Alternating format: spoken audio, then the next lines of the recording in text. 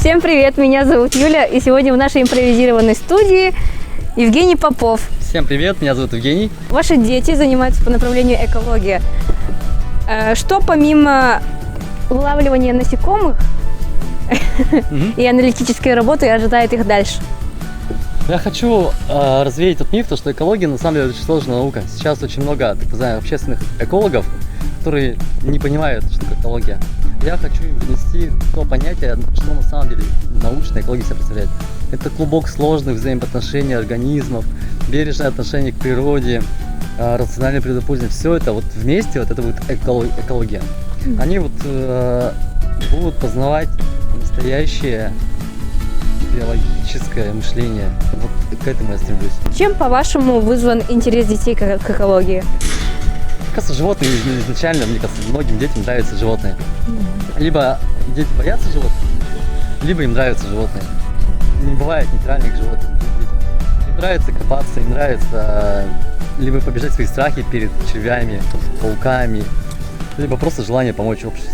Поделитесь своим мнением по поводу того, что подобного рода международные исследовательские школы и лагеря получили такое большое развитие в последние годы. Интеграция идет знаний. Делегации из Гонконга очень интересно познавать вот этот мир, который здесь в Якутии. Я показал полынь якутскую, эндемик Якутии, и они были просто-напросто в восторге от обычной травы, которую мы не замечаем. И дети из Якутска тоже что-то новое узнают. Это здорово, и совместная работа на разных языках с другим мышлением открывает просторы для развития детей. За какими науками, по вашему мнению, стоит будущее?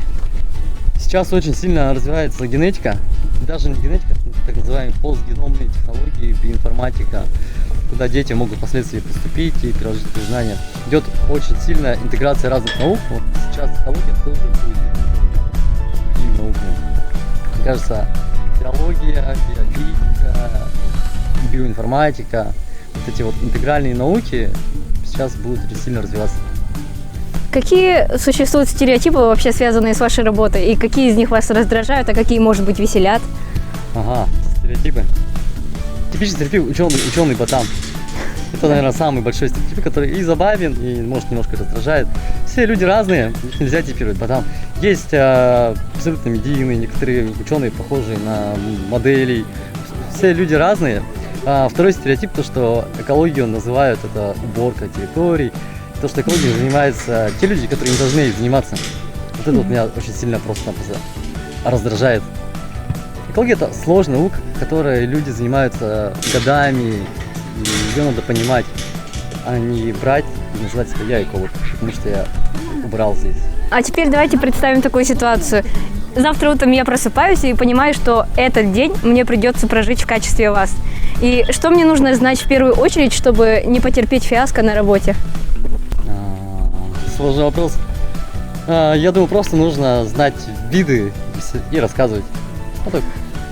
Не знаю, школьный базовый курс биологии. Насекомых 6 лап. Там дети показывают, что это, ты говоришь.